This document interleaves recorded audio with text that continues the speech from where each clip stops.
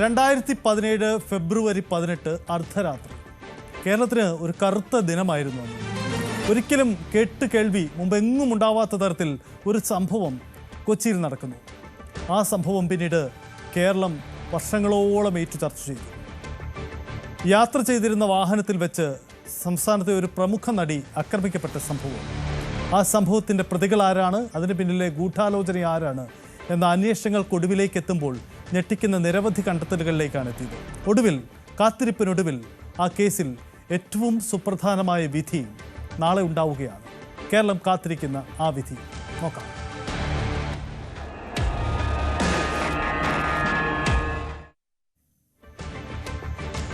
തുടക്കത്തിൽ നമ്മൾ സൂചിപ്പിച്ചതുപോലെ കേരളം ഏറെ ചർച്ച ചെയ്യപ്പെട്ട ഒരു പ്രമാദമായ സംഭവമാണ് നടി ആക്രമിക്കപ്പെട്ട സംഭവം. അതിന് പിന്നിലുള്ള ഗൂഢാലോചനയിലേക്ക് അന്വേഷണം നടന്നപ്പോൾ അതുവരെ കേൾക്കാത്ത കാണാത്ത കാര്യങ്ങളും സംഭവങ്ങളുമാണ് പുറത്തേക്ക് വന്നത്. സംസ്ഥാനത്തെ ഒരു പ്രമുഖ നടൻ ദിലീപ് തന്നെ ആ ഗൂഢാലോചനയിൽ പങ്കാളിയായി എന്ന കാര്യങ്ങളാണ്. ഇതാ ഈ ദിവസം നാളെ ആ വിധി വരാൻ പോവുകയാണ്. അപ്പോൾ നമുക്കിപ്പോഴും നമ്മുടെ മുന്നിലേക്ക് വരുന്നത് അന്ന് നടന്ന ചില ഗൂഢാലോചനയുടെ സുപ്രധാനമായ ചില വിവരങ്ങൾ കൂടി പുറത്തു വരുന്നുണ്ട്. നടൻ ദിലീപ് തനിക്ക് ഇരവാദമുണ്ടാക്കിയെടുക്കുന്നതിന് വേണ്ടി നടത്തിയ ഗൂഢാലോചനകൾ, ആ ഗൂഢാലോചനയിൽ ഒന്നായിരുന്നു സ്വയം ക്രിയേറ്റ് ചെയ്യപ്പെട്ട ഒരു വാട്സപ്പ് ഗ്രൂപ്പ്. ചില വ്യാജ നമ്പറുകളൊക്കെ ഉൾക്കൊള്ളിച്ചുള്ള ആ വാട്സപ്പ് ഗ്രൂപ്പിൽ നടി മഞ്ജു വാര്യരുടെ ഒപ്പം തന്നെ ADGP ആയിരുന്ന ബി സന്ധ്യയുടെ അടക്കമുള്ള പേരുകൾ, അവരുടെ വ്യാജ നമ്പറുകൾ ഇതിലേക്ക് അവരാണെന്ന മട്ടിൽ ഉൾക്കൊള്ളിച്ചുകൊണ്ട് ഇരവാദമുണ്ടാക്കാൻ വേണ്ടിയുള്ള ബോധപൂർവമായി നീക്കം നടന്നു. ഈ ഇരവാദം ഒരു പരിധിവരെ ഫലം ചെയ്തിട്ടുണ്ടാവാം. കാരണം ഇതിൽ മൊഴിമാറ്റിയവരുടെ എണ്ണം നിരവധിയാണ്. പ്രേക്ഷകരെ, നിങ്ങൾ ഓർക്കുക, നമ്മൾ കാണുന്ന വെള്ളിത്തിരയിൽ കാണുന്ന പല പ്രധാന മുഖങ്ങളും ഇതിൽ ഇരയ്ക്കൊപ്പം നിന്നിട്ടുള്ളവരല്ല. ഇവർ നിലപാട് മാറ്റിയവരാണ്. ആദ്യഘട്ടത്തിൽ ഞങ്ങൾ ഇരയ്ക്കൊപ്പമാണ്, ഞങ്ങളുടെ സഹപ്രവർത്തകയ്ക്കൊപ്പമാണ് എന്ന നിലപാടെടുത്ത പലരും പിന്നീട് നിലപാട് മാറ്റിപ്പോയിട്ടുണ്ട്. പല പ്രധാനപ്പെട്ട നടന്മാരുമുണ്ട്, നടിമാരുമുണ്ട് ആ ഘട്ടത്തിൽ. ഇവരുടെയൊക്കെ നിലപാട് എന്തായിരുന്നു എന്ന പ്രധാനപ്പെട്ട ചോദ്യമാണ്. കോടതിയുടെ കണക്കുകൾ പരിശോധിക്കുമ്പോൾ ഇരവാദമുയർത്തിയ നടൻ ദിലീപിനാണോ നീതി കിട്ടുക, അതല്ലെങ്കിൽ അതിജീവിതയ്ക്കോ നീതി കിട്ടുക എന്ന ചോദ്യം കൂടി ഉയരുകയാണ്. അതിജീവിതയെ ഒരു ഘട്ടത്തിൽ കൈവിട്ടു പോയപ്പോൾ ഒപ്പം നിർത്തിയവർക്കെല്ലാം നമ്മൾ കൈയടി കൊടുക്കണം. കാരണം അവരായിരുന്നു അവർക്ക് പിന്തുണ നൽകി ഒപ്പമുണ്ടായിരുന്നത്. സഹപ്രവർത്തകർ ഒന്നടങ്കം ചില ഘട്ടത്തിൽ അവരെ വിട്ടുപോയി. പക്ഷേ ഉറച്ച നിലപാടുകളുമായി അന്നും ഇന്നും അവർക്കൊപ്പം നിൽക്കുന്ന ചില നടന്മാരും നടിമാരുമുണ്ട്. അവരെയും കൂടി നമ്മൾ ഈ ഘട്ടത്തിൽ ശ്ലാഘിക്കപ്പെടേണ്ടതുണ്ട്, ഓർത്തെടുക്കേണ്ടതുണ്ട്. എന്തായിരുന്നു ഈ വിചാരണയുടെ ഘട്ടം എന്നതുകൂടി പ്രസക്തമാണ്. സങ്കീർണമായ നിരവധി നടപടിക്രമങ്ങളിലൂടെയാണ് വിചാരണാഘട്ടങ്ങൾ കടന്നുപോയത് എന്നതുകൂടി നമുക്ക് ഓർത്തെടുക്കേണ്ടി വരും. കാരണം അത്രയധികം സങ്കീർണമായിരുന്നു ആ സാഹചര്യങ്ങൾ എന്നതുകൂടിയാണ് പ്രസക്തമായ കാര്യം. എന്തായാലും ഈ വിചാരണാഘട്ടത്തിൻ്റെ കാഴ്ചകളിലേക്ക് പോകുമ്പോൾ 261 സാക്ഷികളെയാണ് വിസ്തരിച്ചത്. ഈ കേസുമായി ബന്ധപ്പെട്ട് 261 സാക്ഷികളെയാണ് വിസ്തരിച്ചത്. 1600 രേഖകൾ പരിശോധിക്കപ്പെട്ടു. ഒപ്പം ഈ കേസിൻ്റെ തുടർ നീക്കങ്ങളിലേക്ക് പോകുമ്പോൾ അതിജീവിതയെ 7 ദിവസമാണ് കോടതിയിൽ വിസ്തരിച്ചത്. സങ്കീർണമായ നടപടിക്രമങ്ങളായിരുന്നു അത്. അവരുടെ പ്രൈവസി പുറത്തു പോകാത്ത തരത്തിൽ ബൈജു പൗലോസിനെ, അതായത് അന്വേഷണ ഉദ്യോഗസ്ഥനായ ബൈജു പൗലോസിനെ 87 ദിവസം വിസ്തരിച്ചു. അപൂർവങ്ങളിൽ അപൂർവമെന്ന് പറയാം അത്തരമൊരു സംഭവം, ഒരു അന്വേഷണ ഉദ്യോഗസ്ഥനെ വിസ്തരിക്കുന്ന സാഹചര്യം. പിന്നീടാണ് ബാലചന്ദ്രകുമാർ എന്ന സംവിധായകൻ്റെ നിർണായകമായ വെളിപ്പെടുത്തൽ. 36 ദിവസമാണ് ബാലചന്ദ്രകുമാറിനെ ഈ കേസുമായി ബന്ധപ്പെട്ട് വിസ്തരിച്ചത് കോടതിയിൽ. ഒപ്പം ഡോക്ടർ സുനിൽ 21 ദിവസമാണ് അദ്ദേഹത്തെ വിസ്തരിച്ചത്. ഈ കേസിൻ്റെ പല ഘട്ടങ്ങളിൽ കടന്നു വന്നവരെയെല്ലാം വിശദമായി വിലയിരുത്തുകയായിരുന്നു. ദീപ ASനെ 13 ദിവസം വിസ്തരിച്ചു. മറ്റൊന്ന്, ഇതാണ് ഈ വിസ്താരവേളയിൽ സംഭവിച്ച കാര്യങ്ങൾ. ഈ വിസ്താരത്തിനിടയിൽ ഈ അന്വേഷണത്തിൻ്റെ പല സങ്കീർണതകളും നമ്മൾ കണ്ടതാണ്. ആദ്യ കേസിനു സമാന്തരമായി മറ്റൊരു കേസ് കൂടി സൃഷ്ടിക്കപ്പെടുന്നു.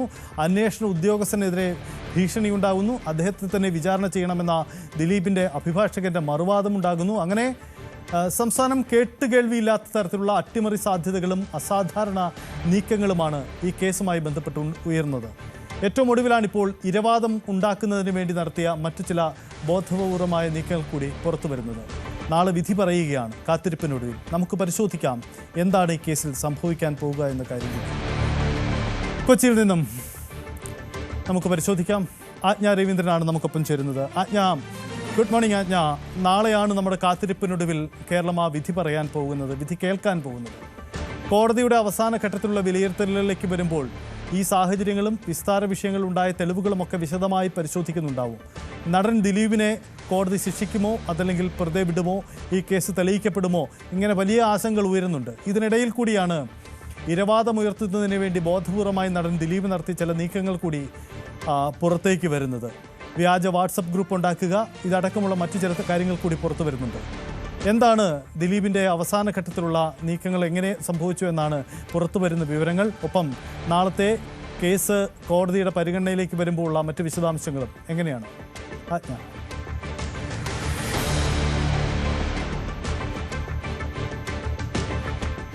വർഷത്തോളം നീണ്ട നിയമ പോരാട്ടത്തിനൊടുവിലാണ് നാളെ ഈ ദിലീപ് പ്രതിയായിട്ടുള്ള 8ാം പ്രതിയായിട്ടുള്ള നടിയെ ആക്രമിച്ച കേസിലെ വിധി പറയാൻ പോകുന്നത്. 8 വർഷം എന്ന് പറഞ്ഞാൽ 2017 ഫെബ്രുവരി 17 നടി ആക്രമിക്കപ്പെടുമ്പോൾ അത് അടുത്ത മാർച്ചിലാണ് അതുമായി ബന്ധപ്പെട്ടുള്ള വിചാരണ നടപടികൾ, 2018 മാർച്ചിലാണ് ഇതുമായി ബന്ധപ്പെട്ട വിചാരണ നടപടികൾ തുടങ്ങുന്നത്. തുടങ്ങിയിട്ട് 7 വർഷവും 8 മാസവും നീണ്ട കാലത്തെ വിചാരണയ്ക്കൊടുവിലാണ് ഈ കേസിൽ ഒടുവിൽ 10 പ്രതികളായി ചുരുങ്ങുകയും 10 പ്രതികളിൽ 6 പേർ ഈ കേസുമായി ബന്ധപ്പെട്ട്, ഈ കൃത്യവുമായി ബന്ധപ്പെട്ട് നേരിട്ട് ഇടപെടൽ നടത്തിയവരുമാണ്. അതുമാത്രമല്ല ദിലീപ് കേസിൽ 8ാം പ്രതിയാണ്. ഈ 1 മുതൽ 10 വരെയുള്ള എല്ലാ പ്രതികളും നാളെ കോടതിയിൽ ഹാജരാകണമെന്നുമാണ് പ്രിൻസിപ്പൽ സെഷൻസ് കോടതിയുടെ ഉത്തരവ്. അങ്ങനെ തന്നെയാണ്. എന്തായാലും സജിത്ത് സൂചിപ്പിച്ചതുപോലെ 87 ദിവസം അന്വേഷണ ഉദ്യോഗസ്ഥനെ വിസ്തരിക്കുക, ബാലചന്ദ്രകുമാറിനെ നീണ്ട കാലയളവ് വിസ്തരിക്കുക, ഇതുമായി ബന്ധപ്പെട്ട് നിരവധി തവണ വിചാരണ നേരിട്ട ശേഷമാണ് ഈ പറയുന്ന ഇത്രയും കാലയളവ് കഴിഞ്ഞ ശേഷമാണ് ഈ നടിക്കൊപ്പം എന്നുള്ള ഹാഷ്ടാഗോട് കൂടി സോഷ്യൽ മീഡിയയിൽ ഉൾപ്പെടെ വിവിധ തരത്തിലുള്ള പ്രചാരണങ്ങളൊക്കെ നടക്കുന്ന ഒരു സാഹചര്യത്തിൽ പോലും ഇത്രയധികം ഇൻവോൾവ്മെന്റ് ഈ കേസിൽ പ്രോസിക്യൂഷൻ ഇതിൽ തെളിവുകൾ ശേഖരിക്കുന്നതിന്, തെളിവുകൾ നിരത്തുന്നതിലായാലും പിന്നോട്ട് പോയില്ല, അല്ലെങ്കിൽ പാളിപ്പോയില്ല. കഴിഞ്ഞ തവണ കോടതി ചോദിച്ച 8 ചോദ്യങ്ങൾക്കും കൃത്യമായ ഉത്തരം നൽകാൻ പ്രോസിക്യൂഷന് കഴിഞ്ഞിട്ടുണ്ട്.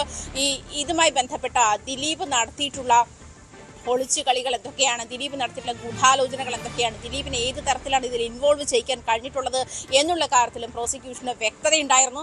അതുകൊണ്ട് തന്നെ നാളത്തെ ദിവസം എന്ന് പറയുന്നത് 2 കാര്യങ്ങൾ. ഒന്ന്, ദിലീപിനെ സംബന്ധിച്ചിട്ട് ദിലീപ് എന്ന് പറയുന്ന ജനപ്രിയ നായകന് ഈ 8 വർഷം നേരിട്ട വിചാരണയ്ക്ക് അവസാനമാവുകയാണ്, വിധി വരികയാണ്.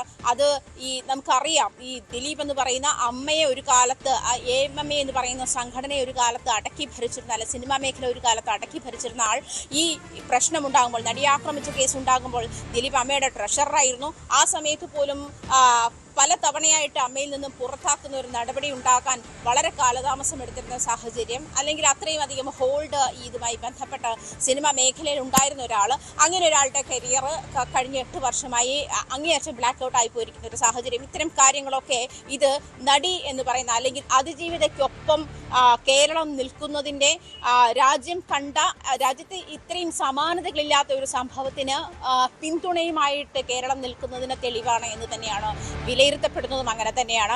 ആ ഒരു സാഹചര്യം കൂടി കണക്കിലെടുക്കുമ്പോൾ നാളത്തെ വിധി നിർണായകമാണ്. 2 കാര്യങ്ങളൊന്ന്, സർക്കാരിന് രാഷ്ട്രീയ ഗ്രാഫിൽ ഇടം നേടുന്ന ഒരു പ്രധാനപ്പെട്ട വിധിയായിരിക്കും നാളെ ഉണ്ടാവുക. അതുപോലെ തന്നെ ദിലീപ് എന്ന് പറയുന്ന നടന്റെ, ജനപ്രിയ നായകൻ എന്ന ടാഗ് ലൈനോട് കൂടി അറിയപ്പെട്ടിരുന്ന നടന്റെ കരിയർ കൂടി നാളെ തീരുമാനിക്കുന്ന ഒരു ഘട്ടത്തിലേക്ക് എത്തും. എന്ത് തന്നെ ആയിരുന്നാലും അതിജീവിത നടത്തിയിരുന്ന ഈ 8 വർഷത്തെ പോരാട്ടത്തിന് അത്രയധികം പിന്തുണയാണ് കേരളം മുഴുവൻ അത്രയധികം പിന്തുണയാണ് മുന്നോട്ട് വെച്ചിരുന്നത്.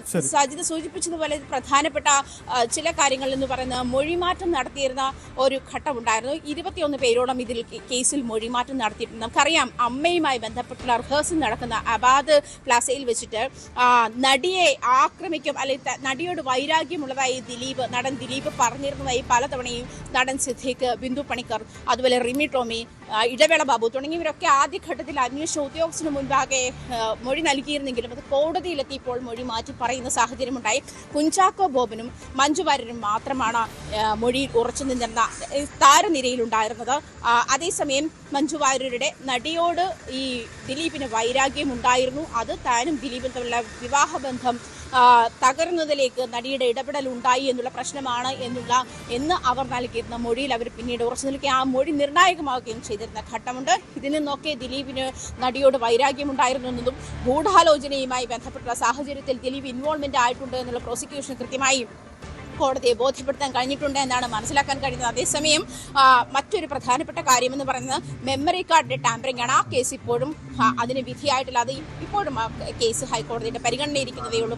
പ്രത്യേകിച്ചും മെമ്മറി കാർഡിന്റെ ഹാഷ് വാല്യൂ 3 തവണ മാറിയുന്ന ഒരു സാഹചര്യമുണ്ട് എന്ന് പറഞ്ഞ നടി ഹൈക്കോടതിയെ സമീപിക്കുന്ന സാഹചര്യമുണ്ടായി. മെമ്മറി കാർഡിന്റെ ഹാഷ് വാല്യൂ മാറിയതുമായി ബന്ധപ്പെട്ടുള്ള അന്വേഷണം എറണാകുളം പ്രിൻസിപ്പൽ സെഷൻസ് കോടതിയാണ് നടത്തുന്നത്.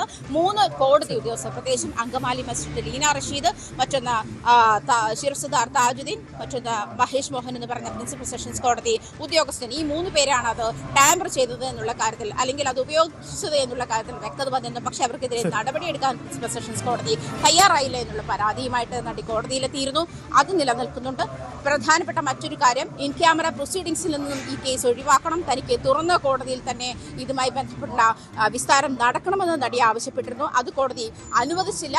ദിലീപ് CBI അന്വേഷണം കേസിൽ വേണമെന്ന് ആവശ്യപ്പെട്ട് കോടതിയിലെത്തുന്നു. അത് കോടതി തള്ളിക്കളഞ്ഞിരുന്നു. പൾസർ സുനി 2 ഫോറൻസിക് ഉദ്യോഗസ്ഥരെ വീണ്ടും വിസ്തരിക്കണമെന്ന് ആവശ്യപ്പെട്ടുകൊണ്ട് വീണ്ടും കോടതിയിലെത്തിയിരുന്ന സാഹചര്യമുണ്ട്. അതും ഒഴിവാക്കിയിരുന്നു. സുപ്രീം കോടതി വിചാരണ നേടുന്ന കാലയളവ് ഇത്രയധികം നീണ്ടുപോകുന്നത് എന്താണെന്നും വിചാരണ തടവുകാരനായ പൾസർ സുനിയെ ഇത്ര അധികകാലം, അതായത് 7 വർഷത്തിന് ശേഷമാണ് പൾസർ സുനിക്ക് ജാമ്യം ലഭിക്കുന്നത്. ആ ഒരു സാഹചര്യത്തിൽ എങ്ങനെയാണ് ഇത്ര അധികകാലം ഒരു വിചാരണ തടവുകാരനെ 7.5 വർഷത്തോളം തടവിൽ പാർപ്പിച്ചത് എന്നുള്ള ചോദ്യം ഉന്നയിച്ച ശേഷമാണ് പൾസർ സുനിക്ക് കേസിൽ ജാമ്യം ലഭിക്കുന്നത്. എന്തായാലും സുപ്രീം കോടതി വിചാരണ നടപടികൾ നീളുന്നതുമായി ബന്ധപ്പെട്ട ചോദ്യങ്ങൾ ഉന്നയിച്ചിരുന്ന സാഹചര്യമുണ്ട്. അങ്ങനെ നിരവധി സൂചിപ്പിച്ച പോലെ നിരവധി തരത്തിലുള്ള ഇടപെടലുകൾ നീണ്ടുപോകുന്ന ഒരു തരത്തിലേക്ക് എന്തായാലും നാളെ വിധിയിലേക്ക് കടക്കുകയാണ്. നാളെ 11 മണിക്ക് ഈ കേസ് എറണാകുളം പ്രിൻസിപ്പൽ സെഷൻസ് കോടതി പരിഗണിക്കും. 10 പ്രതികളും നിർബന്ധമായും ഹാജരാകണമെന്ന് തന്നെയാണ് എറണാകുളം പ്രിൻസിപ്പൽ സെഷൻസ് കോടതി ജഡ്ജിന്റെ ഉത്തരവ്. ശരി, നാളെ 11 മണിക്കാണ് എന്തായാലും ഈ കേസിൽ സുപ്രധാനമായ വിധി വരാൻ പോകുന്നത്. കേരളം കാത്തിരിക്കുന്ന ഈ വിധി നിർണായകമാണ് എല്ലാ അർത്ഥത്തിലും. അതിൽ ശ്രദ്ധേയമാവുന്നൊരു കാര്യം, സംസ്ഥാനത്ത് തദ്ദേശ തെരഞ്ഞെടുപ്പിൻ്റെ ആദ്യഘട്ട തെരഞ്ഞെടുപ്പിൻ്റെ തൊട്ട് തലേന്നാണ് ഈ വിധി വരുന്നത് എന്ന സാഹചര്യം കൂടിയാണ്. കാരണം നടൻ ദിലീപിനെ പോലെ മലയാള സിനിമയെ നയിച്ചുകൊണ്ട് നിയന്ത്രിച്ചു കൊണ്ടിരുന്ന ഒരു വ്യക്തിയെ അറസ്റ്റ് ചെയ്യുക എന്ന സുപ്രധാനമായ തീരുമാനമെടുത്തതാണ് ആദ്യഘട്ട 1ാം പിണറായി സർക്കാരിൻ്റെ കാലത്താണ് തീരുമാനം വന്നത്. അന്ന് അത് ഏറെ ശ്ലാഘിക്കപ്പെട്ട ഒരു തീരുമാനമായിരുന്നു. ആ തീരുമാനം ശരിയായിരുന്നു എന്നുകൂടി തെളിയിക്കപ്പെടുന്നതാണ് കോടതി വിധിയിലൂടെ വരാൻ പോകുന്നത്. അങ്ങനെയെങ്കിൽ ഈ പ്രതികളെയൊക്കെ ശിക്ഷിക്കപ്പെട്ടാൽ ഒരുപക്ഷെ സർക്കാരിന് അല്പം കൂടി അവകാശപ്പെടാൻ ഏറെ ഉണ്ട് ഈ കേസുമായി ബന്ധപ്പെട്ട് എന്നത് അത് ശരിയാണ്. അപ്പോൾ അതേസമയം പ്രോസിക്യൂഷൻ്റെ ഈ ആക്ഷേപങ്ങളൊക്കെ കോടതി ശരിവെക്കുമോ എന്ന പ്രധാനപ്പെട്ട കാര്യം കൂടിയുണ്ട്. നാളത്തെ ദിവസം ഇത് സംബന്ധിച്ച് ഏറെ പ്രധാനപ്പെട്ട ഉള്ള ദിവസം കൂടിയായി മാറുന്നു എന്നതാണ് പ്രധാനപ്പെട്ട കാര്യം. നമുക്ക് ഈ കേസിൻ്റെ നാൾ വഴി കൂടി വിശദമായി ഒന്ന് പരിശോധിക്കാം. എന്താണ് ഈ കേസുമായി ബന്ധപ്പെട്ട് നടന്നത്, ഓരോ ദിവസങ്ങളിലെയും നീക്കങ്ങൾ എന്തായിരുന്നു എന്ന കാര്യം കൂടി നമുക്ക് പരിശോധിക്കാം. ഇതിൽ സുപ്രധാനമാവുന്നത് 2017 ഫെബ്രുവരി 17-നാണ് അങ്കമാലി അത്താണിക്ക് സമീപം യുവനടിയുടെ കാർ തടഞ്ഞു നിർത്തി ആക്രമിച്ചു കയറിയ സംഘം നടിയെ ശാരീരികമായി പീഡനത്തിന് ഇരയാക്കിയത്. 2017 ഫെബ്രുവരി 17-നാണ് ഈ സംഭവം ഉണ്ടാകുന്നത്. തൊട്ടു പിന്നാലെ ഡ്രൈവർ മാർട്ടിൻ ആൻ്റണി പോലീസിൻ്റെ കസ്റ്റഡിയിലാവുന്നു എന്നതാണ് തൊട്ടടുത്ത് നടക്കുന്ന പ്രധാനപ്പെട്ട നീക്കം. അടുത്തതായി ഉണ്ടാവുന്നത് കൃത്യത്തിന് നേതൃത്വം നൽകിയത് പൾസർ സുനി എന്ന വ്യക്തിയാണെന്ന് വ്യക്തമായി. ഇയാൾക്ക് സിനിമാ മേഖലയിലെ പലരുമായി വലിയ ബന്ധമുണ്ടായിരുന്നു എന്നതിൻ്റെ തെളിവുകൾ വരുന്നു. പല പ്രമുഖരുടെയും ഡ്രൈവറായിട്ട് ഇയാൾ ഉണ്ടായിരുന്നു എന്നതിൻ്റെ തെളിവുകളൊക്കെ പുറത്തു വരികയും ചെയ്തു. പിന്നീട് വടിവാൾ സലീം, പ്രദീപ് എന്നിവർ പിടിയിലാവുന്നു. ഇത് സംബന്ധിച്ച തെളിവുകളും പുറത്തു വരികയും ചെയ്യുന്നു അന്വേഷണത്തിൻ്റെ അടുത്ത ഘട്ടത്തിൽ. പിന്നീട് സംഭവിക്കുന്നത് ഈ നടിക്ക് ഐക്യദാർഢ്യം പ്രഖ്യാപിച്ചുകൊണ്ട് അമ്മ എന്ന സംഘടനയുടെ, സിനിമാ മേഖലയിലെ സംഘടനയുടെ വലിയൊരു കൂട്ടായ്മയാണ്. ആരോപണ വിധേയനായ ഈ കേസിൽ ജയിലിൽ കിടന്ന ദിലീപ് അടക്കമുള്ളവർ പിന്തുണയർപ്പിച്ച ഈ യോഗത്തിൽ സംസാരിച്ചു എന്ന പ്രത്യേകത കൂടിയുണ്ട്. മണികണ്ഠനെ, ഈ കേസിലെ കുറ്റാരോപിതനായ മണികണ്ഠനെ പിന്നീട് പോലീസ് പിടികൂടുന്നു. ഇതോടുകൂടി കൂടുതൽ തെളിവുകളിലേക്കും ഗൂഢാലോചനയിലേക്കും പോലീസ് എത്തുന്നു. ഒടുവിൽ കുറ്റപത്രം സമർപ്പിക്കുന്നു ഈ കേസിൽ എന്നതാണ് സംഭവിക്കുന്ന കാര്യം. അതാണ് പ്രധാനപ്പെട്ട കാര്യം. ഇതാണ് ഈ കേസിൽ സംഭവിച്ച കേസിൻ്റെ നാൾവഴികൾ പരിശോധിക്കുമ്പോൾ രംഗത്തുണ്ടാവുന്നത്. ഇതിനിടയിൽ പരാതിയുമായി ദിലീപ് രംഗത്ത് വരുന്നു. ദിലീപിനെതിരെ നടക്കുന്ന നീക്കങ്ങളിൽ പരാതിയുമായി ദിലീപ് രംഗത്ത് വരുന്നു. ദിലീപിനെതിരെ നീക്കങ്ങൾ ഉണ്ടാവുന്നു. പിന്നീട് ദിലീപ്, നാദിർഷ എന്നിവരെ പോലീസ് ചോദ്യം ചെയ്യുന്നു. ഈ ചോദ്യം ചെയ്യലിൽ ചില സുപ്രധാന വിവരങ്ങൾ പോലീസ് കണ്ടെത്തുന്നു. ഏറ്റവും ഒടുവിലാണ് ആ സുപ്രധാന നീക്കം. ദിലീപ് അറസ്റ്റിലാകുന്നു എന്ന സുപ്രധാനമായ നീക്കമുണ്ടാകുന്നത്. സർക്കാരിൻ്റെ രാഷ്ട്രീയ നിർദ്ദേശം കൂടി അടിസ്ഥാനത്തിലായിരുന്നു അത്തരമൊരു നീക്കമുണ്ടാകുന്നത്. ദിലീപിനെ ആലുവ സബ് ജയിലിൽ അടയ്ക്കുന്നു. ആ സബ് ജയിലിൽ അടച്ചുകൊണ്ടുള്ള നീക്കവും വളരെ പ്രധാനപ്പെട്ടതാണ്. അന്നത്തെ ആ ദൃശ്യങ്ങളൊക്കെ പ്രേക്ഷകർ ഓർക്കുന്നുണ്ടാവാം. പിന്നീട് ദിലീപിന് കർശന ഉപാധികളോടെ ദിലീപിന് ജാമ്യം കിട്ടുന്നു. ഇതാണ് പിന്നീട് സംഭവിച്ചത്. ഒക്ടോബർ 3-നാണ് ദിലീപിന് ജാമ്യം കിട്ടുന്നത്. പിന്നീട് ദിലീപിനെ വീണ്ടും ചോദ്യം ചെയ്യുകയാണ് ചെയ്യുന്നത്. ഈ കേസിലെ പ്രധാനപ്പെട്ട തെളിവുകൾ ജാമ്യം ലഭിച്ചതിന് ശേഷവും വീണ്ടും ചോദ്യം ചെയ്യുന്നു. അങ്ങനെ ആ തെളിവുകൾ ശേഖരിക്കുന്നതിൻ്റെ ഭാഗമായിട്ട് ദിലീപിനെ 8-ാം പ്രതിയാക്കി അനുബന്ധ കുറ്റപത്രം സമർപ്പിച്ചുകൊണ്ടാണ് ഈ കേസ് മുന്നോട്ട് പോകുന്നത്. അതായത് വമ്പൻ ഗൂഢാലോചന നടന്ന കേസ് എന്നതാണ് അന്വേഷണ സംഘം വിലയിരുത്തിയിരിക്കുന്നത്. അതിൻ്റെ അടിസ്ഥാനത്തിലാണ് ഇത്തരമൊരു നീക്കം ഉണ്ടായിരിക്കുന്നത്. ദിലീപിനെ 8-ാം പ്രതിയാക്കി അനുബന്ധ കുറ്റപത്രം സമർപ്പിച്ചു എന്നതാണ് ഈ കേസിൽ സംഭവിച്ചിരിക്കുന്ന ഒരു പ്രധാനപ്പെട്ട കാര്യം. ഒരു കാര്യം വ്യക്തമാണ്, ഈ കേസിൻ്റെ തുടക്കത്തിലൊന്നും ദിലീപ് ചിത്രത്തിലുണ്ടായിരുന്നില്ല. ദിലീപ് ചിത്രത്തിലേക്ക് കടന്നു വരുന്നത് ഒരു ഘട്ടം കഴിഞ്ഞ ശേഷമാണ്. പൾസർ സുനിയുടെ കീഴടങ്ങലുമൊക്കെ അതുണ്ടാക്കിയ നാടകീയ നിമിഷങ്ങളൊക്കെ നമ്മൾ കണ്ടതാണ്. എങ്ങനെയാണ് ദിലീപ് ഈ ചിത്രത്തിലേക്ക് വന്നത്? നമുക്കത് വിശദമായി പരിശോധിക്കാം. ഈ ദിലീപിൻ്റെ ഈ കേസിലേക്ക്, ഈ വിവാദങ്ങളിലേക്കുള്ള കടന്നുവരവ് അതെങ്ങനെയായിരുന്നു കാണാം. നടിയെ ആക്രമിച്ച കേസിലെ അന്വേഷണം പുരോഗമിക്കുന്നതിന്റെ ഒരു ഘട്ടത്തിൽ പോലും ദിലീപ് സംശയനിഴലിലായിരുന്നില്ല. നടിക്ക് ഐക്യദാർഢ്യം പ്രഖ്യാപിച്ചുകൊണ്ട് താരസംഘടനയായ അമ്മ സംഘടിപ്പിച്ച പരിപാടിയിലും ദിലീപ് പങ്കെടുത്തിരുന്നു. വേദിയിൽ നടി മഞ്ജു വാര്യർ നടത്തിയ പരാമർശം ഏറെ വിവാദമായി. ഇതിനു പിന്നിൽ നടന്നത് ഒരു ക്രിമിനൽ ഗൂഢാലോചനയാണെന്നും പിന്നിൽ പ്രവർത്തിച്ചവരെ നിയമത്തിന് മുന്നിൽ കൊണ്ടുവരണമെന്നും മഞ്ജു വാര്യർ പറഞ്ഞു. ഫെബ്രുവരി 23-ന് ആലുവ ജുഡീഷ്യൽ കോടതിയിൽ കീഴടങ്ങാനെത്തിയ 1-ാം പ്രതി പൾസർ സുനിയെയും കൂട്ടാളി വിജേഷിനെയും പോലീസ് അതിനാടകീയമായി കീഴടക്കി. പൾസർ സുനിയുടെ മൊഴിമാറ്റങ്ങൾ കേസിൽ നിർണായകമായി. പണത്തിനു വേണ്ടിയാണ് ഇതെല്ലാം ചെയ്തതെന്ന് ആദ്യം പറഞ്ഞ സുനി ഇതൊരു ഗൂഢാലോചനയുടെ ഭാഗമാണെന്ന് മാറ്റി പറഞ്ഞു. അതിനിടെ പൾസർ സുനിയുടെ സഹതടവുകാരൻ വിഷ്ണു, സംവിധായകൻ നാദിർഷയെയും ദിലീപിന്റെ മാനേജർ അപ്പുണ്ണിയെയും ഫോണിൽ വിളിച്ച് ബ്ലാക്ക്മെയിൽ ചെയ്യാൻ ശ്രമിച്ചുവെന്ന് നടൻ ദിലീപ് DGPക്ക് പരാതി നൽകി. എന്നാൽ സുനിൽ ജയിലിൽ നിന്നും മറ്റൊരാളുടെ സഹായത്തോടെ ദിലീപിന് എഴുതിയ കത്ത് പുറത്തു വന്നതോടെ നടൻ സംശയനിഴലിലായി. ദിലീപ് ആവശ്യപ്പെട്ടിട്ടാണ് നടിയെ ആക്രമിച്ചതെന്നും ദൃശ്യങ്ങൾ പകർത്തിയതെന്നും കത്തിലുണ്ടായിരുന്നു. അങ്ങനെ ചെയ്യാൻ ദിലീപ് 1 കോടി രൂപ വാഗ്ദാനം നൽകി. പൈസ കിട്ടാത്തതുകൊണ്ടാണ് കത്തെഴുതുന്നതെന്നും ഉടൻ പണം നൽകണമെന്നും അതിൽ ആവശ്യപ്പെട്ടിട്ടുണ്ട്. തുടർന്ന് അന്വേഷണ സംഘം ദിലീപ്, നാദിർഷ, അപ്പുണ്ണി എന്നിവരെ ആലുവ പോലീസ് ക്ലബ്ബിൽ വിളിച്ചു വരുത്തി 13 മണിക്കൂർ ചോദ്യം ചെയ്ത് വിട്ടയച്ചു. സുനിയുടെ സഹതടവുകാരൻ ജിൻസന്റെ മൊഴിയാണ് കേസിൽ പിന്നീട് വഴിത്തിരിവുണ്ടാക്കിയത്. പൾസർ സുനി ജയിലിൽ നിന്നും നാദിർഷയെയും അപ്പുണ്ണിയെയും വിളിച്ച് പണം ആവശ്യപ്പെട്ടതായും വെളിപ്പെടുത്തി. ജൂലൈ 1-ന് ദിലീപിന്റെ ഭാര്യ കാവ്യ മാധവന്റെ കൊച്ചിയിലെ വസ്ത്രവ്യാപാര സ്ഥാപനത്തിൽ പോലീസ് പരിശോധന നടത്തി. നടിയെ ആക്രമിച്ച ശേഷം പൾസർ സുനിയും കൂട്ടാളികളും ഈ സ്ഥാപനത്തിൽ എത്തിയിരുന്നു എന്ന വിവരത്തിന്റെ അടിസ്ഥാനത്തിലായിരുന്നു പരിശോധന. ദിലീപിന്റെ ചിത്രമായ ജോർജേട്ടൻ സ്ഫൂരത്തിന്റെ ഷൂട്ടിംഗ് ലൊക്കേഷനിൽ സുനി എത്തിയ ചിത്രങ്ങൾ കൂടി പുറത്തു വന്നതോടെ ദിലീപിനെതിരായ കുരുക്കുമുറുകി. ജയിലിൽ ഒളിച്ചുകടത്തിയ ഫോണിലൂടെയും ജയിലിലെ ലാൻഡ് ഫോണിലൂടെയും പൾസർ സുനി നാദിർഷയെയും അപ്പുണ്ണിയെയും വിളിച്ചതിന്റെയും ഇരുവരും തിരികെ വിളിച്ചതിന്റെയും തെളിവുകൾ അന്വേഷണ സംഘത്തിന് ലഭിച്ചു. അങ്ങനെ തെളിവുകളെല്ലാം കൂട്ടിയിണക്കി മാസങ്ങൾ നീണ്ട അന്വേഷണത്തിനൊടുവിൽ പോലീസ് ദിലീപിനെ വീണ്ടും ചോദ്യം ചെയ്യാൻ വിളിപ്പിച്ചു. ജൂലൈ 10-ന് ഗൂഢാലോചന കുറ്റം ചുമത്തി ദിലീപിനെ പോലീസ് അറസ്റ്റ് ചെയ്തു.